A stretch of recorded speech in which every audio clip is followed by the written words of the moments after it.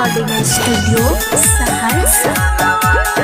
DJ Amresh Darbhanga, Hanuman Chowk Katra.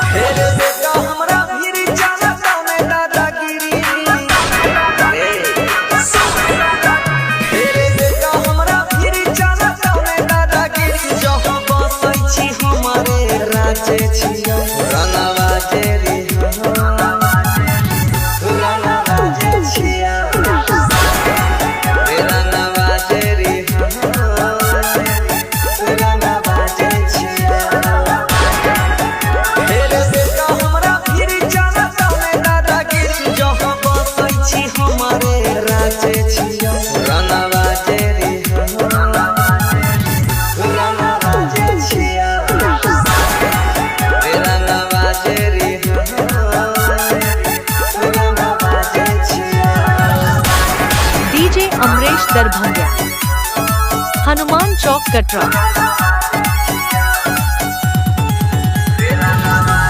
Akanksha DJ sound Katra, Hanuman Chowk Darbhanga.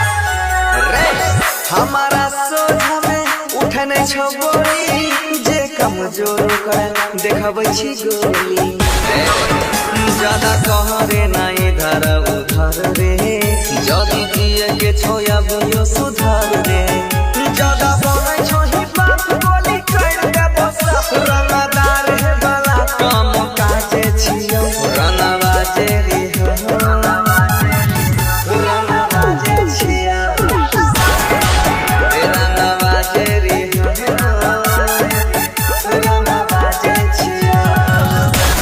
DJ Amresh Darbhanga, Hanuman Chowk Katra.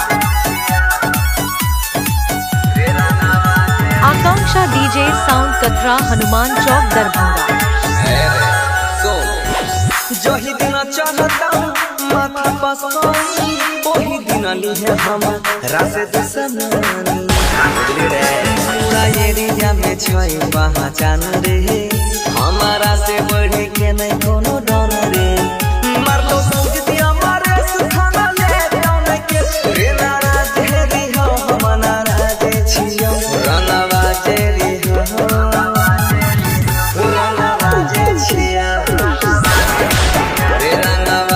Akanksha DJ sound Katra, Hanuman Chowk Darbhanga.